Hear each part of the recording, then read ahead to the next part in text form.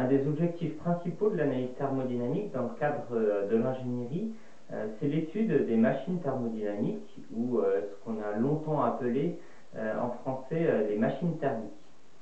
Alors, ces machines, qu'on appelle aussi parfois des transformateurs thermodynamiques, ont pour objectif d'utiliser un type d'échange d'énergie pour générer un autre type d'échange d'énergie, sachant que un de ces types d'énergie se trouve être toujours de la chaleur.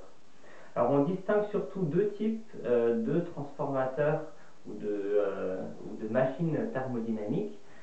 On distingue ce qu'on appelle d'une part les générateurs thermodynamiques et d'autre part les moteurs thermodynamiques.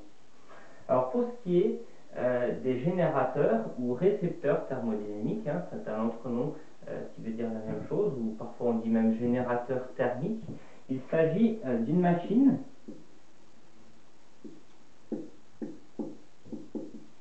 qui va recevoir de l'énergie d'une nature non thermique.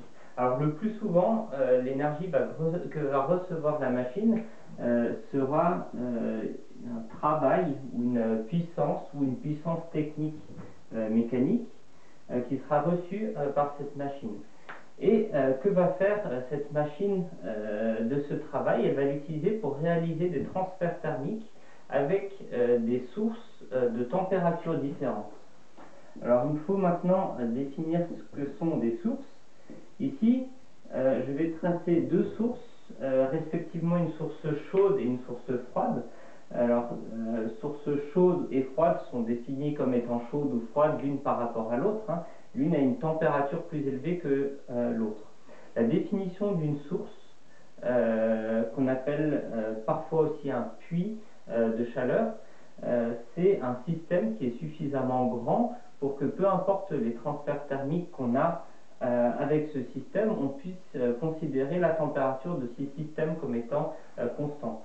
Alors on utilise aussi bien le mot source pour la source chaude que la source froide.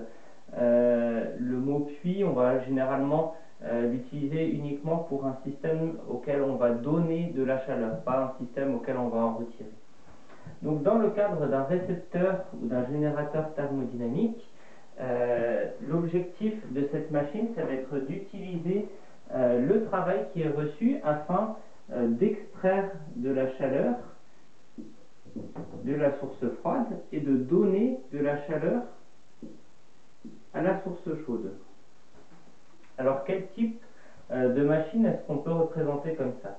Alors par exemple, un frigo. Prenez le frigo de votre cuisine.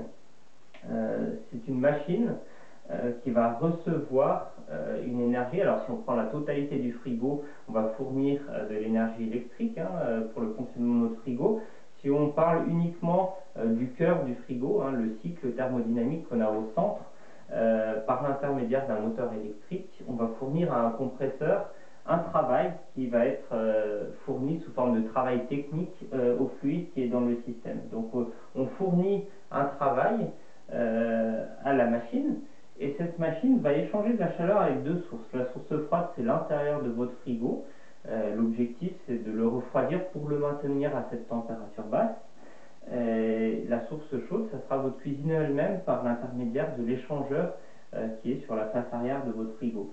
Et donc cette machine aura pour but de prendre de la chaleur de l'intérieur du frigo, et elle va aussi rejeter de la chaleur à votre cuisine.